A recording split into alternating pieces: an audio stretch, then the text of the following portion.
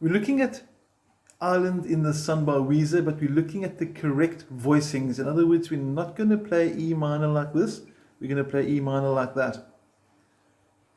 We're not going to play A minor like this. We're going to play A minor like that. You can use the third finger too if you want to.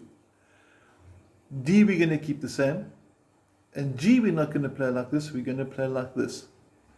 Now, when we change a chord shape, like say for example, we change E minor from here to E minor over here, we say we've changed the voicing. So voicing means same chord, just played differently. So it's going to have a slightly different sound to it. So your original song went something like this from E minor to A minor. Your new E minor to A minor is going to sound like this. Big difference in sound, but you can hear the chords are still the same. And these are the correct chords that are actually used in the song. Your E minor, for example, looks like a D minor that I'm sure you might know. Simply slid 1, 2 frets up. So there's your new E minor.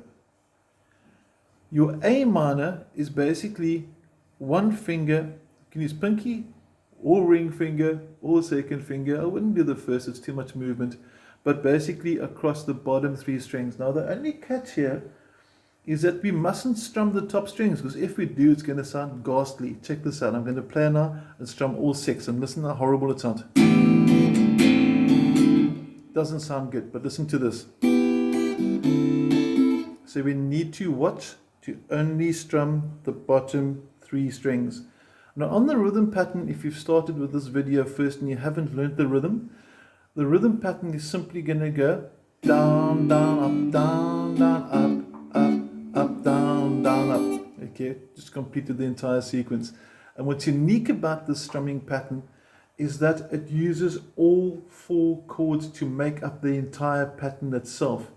Your PDF will share the rhythm. It will share the strumming indication as well, so you can work on that and use it as a reference.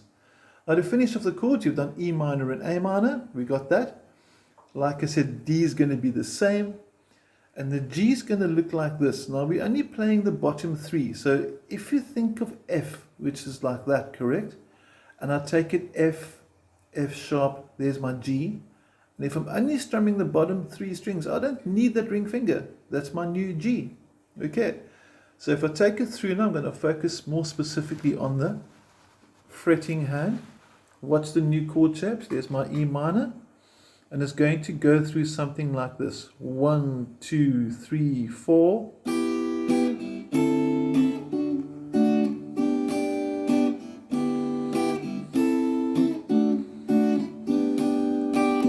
I'm going to play through with the song so you can hear what it sounds like in context. It sounds really, really cool. Check this out.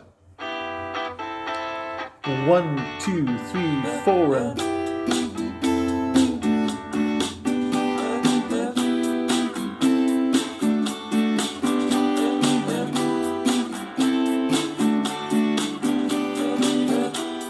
we got that. Now I'm going to fast forward the song to about 33 seconds into the song, and you're going to hear with the chorus the original chords that E minor, A minor, D, G still stay the same, but a second guitar comes in playing this.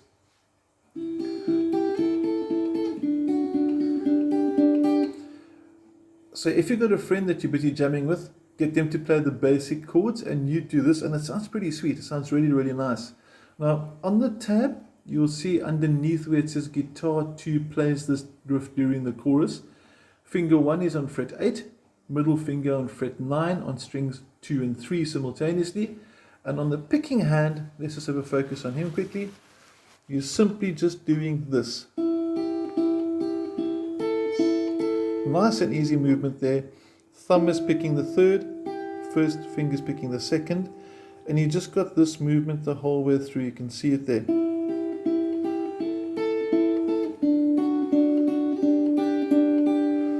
And what's happening there with the fretting hand now, let's have a look at it, is something like this. There's your first shape, 8 and 9. When the 8 becomes a 10, simply bring the ring finger onto fret 10, second string. When you start the next bar, the double 7s, first finger flat across both strings, actually all 3, but you're only plucking 2. You may also do this if it's easier. I don't really mind. I prefer the flat, but several guitarists prefer it like this. And then when you go to the 8/7, you simply do that. Or if you do my variation, simply do that. So if I'm focusing now exclusively on this hand and I'm pick it through, it's going to sound like this if you want to join me. 1, 2, 3, 4. And repeat. Bit faster.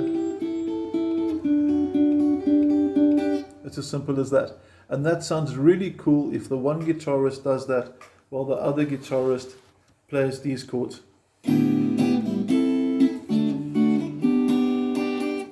They really work well together. Now round about 1 minute 30 seconds into the song, you're going to go to the bridge where he sings We'll Run Away Together. Now you've got two choices. If you're playing acoustic, you can do something like this. Now I'm just going to find it on the backtrack quickly. There we go, 1 minute 30. And I'm going to play through where it says D5, I'm going to play a normal D. Where it says G5, I'm going to play a normal G. Where it says C5, play a normal C. And for the A5, I play A minor, not a normal A. Play A minor and D, normal D. Okay. And I just basically strum down, up, down, up, down, up, down, up. That's all you really need for that. So let's zoom out a little bit there. And let's put the track on and we'll play through D's in place. Let's do it.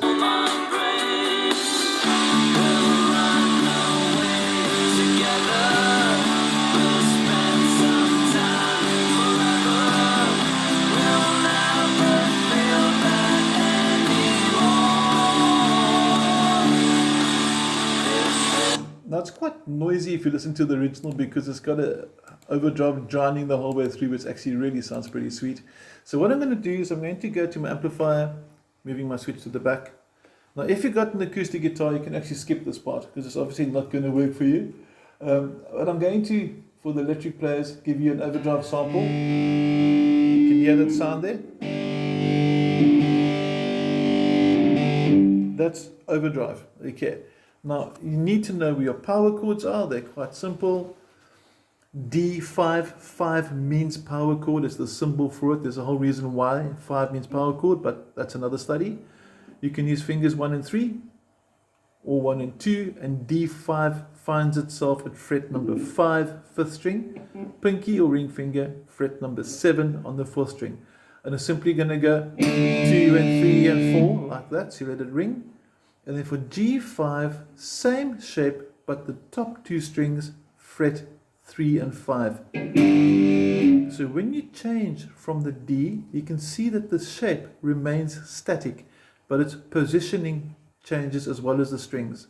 So you're simply sliding, there's my G5, D5, G5. When I go to C5, simply 1 string down, A5, to the top 5th fret, and the D underneath it. So if I were to play through again from 1 minute 30 with the power chords with 2 and 3 and 4 and 2 and 3 and 4 and 2 and 3 and 4 and 1 and 2 and 3 and 4 and 2 and 3 and 4 and 1 and 2 and 3 and 4 and 2 and 3 and 4 and 1.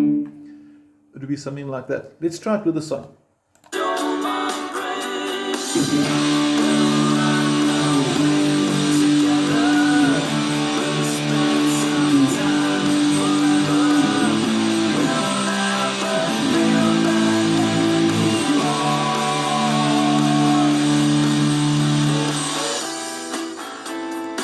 And then there's a short beat solo. Sorry about that one chord there. I was busy focusing too hard. I'm not going to redo the video. Okay, I'm sure you got that in place. I hope it's working well for you. And the last video will show the cool solo, which works really well for acoustic as well. Okay, catch you there. Take care.